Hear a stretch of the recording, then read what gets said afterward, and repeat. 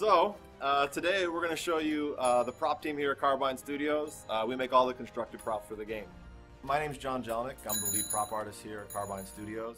What we do in this room is we get to make all the constructed props for the game, anything from ships to crates to shield generators or satellite dishes. We get to do a wide range of props here, which is really exciting and fun. The one prop I got to work on was the Explorer prop, and it's the radar dish. Whenever it comes down, and there's like a lot of like really cool animations. I got to work with one of our Chris Hale. He's a animator, really talented guy. And then we shot it over to effects, and they did it. And you guys have kind of seen it in our trailer so far. Yeah, it was just a really fun prop to work on. Has a lot of character. This little robot guy here, he's actually he's got like a wrench. His own wrench. He's got some overalls. He's got a lot of character. He's got a mustache. I mean, how many times do you get to model a robot with a mustache? My favorite things to work on in WildStar are definitely orange props. They're an absolutely adorable race with a lot of colors. We've got this race that we haven't announced yet, and everything they sort of make is just slapped together, and it's got this really cool character to every prop that you make. That has to be my favorite prop. That race would be the...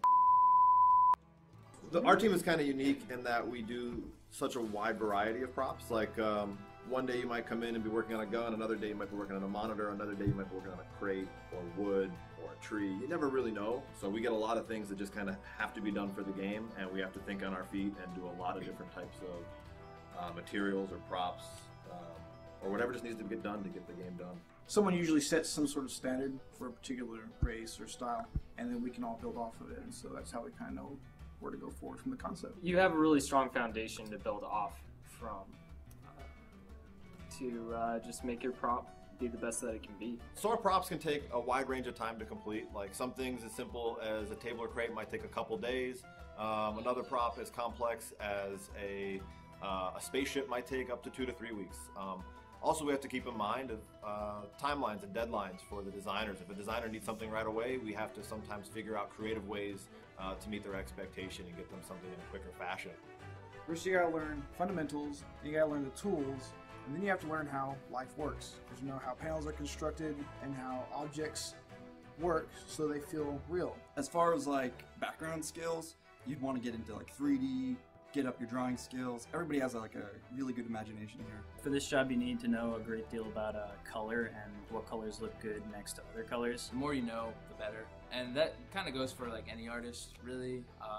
The more you know about anatomy, the more you know about motion, the more you know about mechanics. I did start here in QA and then was brought onto the prop team to help fix bugs, do audits and stuff like that. And then being around these guys helped me learn a lot, and I got to work on more and more assets, and now I'm associate prop race. I got hired into the structures team.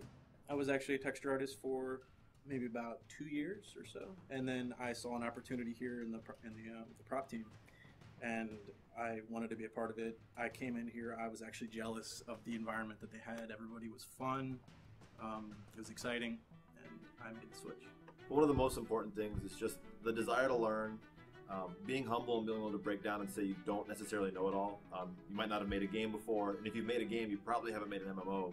MMOs are absolutely massive projects that have very strong technical requirements to get them done. So people have to have a willingness to learn, and everybody on the prop team is very willing to learn all the challenges that it takes to actually get the job done, or all the tools that it takes to get the job done. It's not just the drive.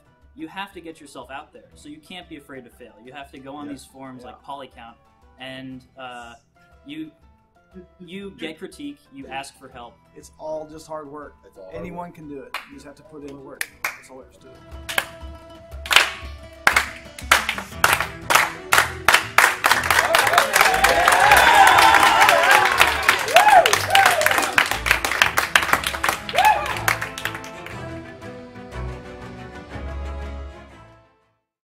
Geek out. What are you doing, man? God! Everything I do is perfect. I was made this way. We might whittle that down to 2 or 3 people, and then we'll call those 2 or 3 people. Then we might only bring one in for an interview, and then there's only a chance we'll hire that person. You're not just competing. I mean, you're killing their dream. You can't do it. You can't do it.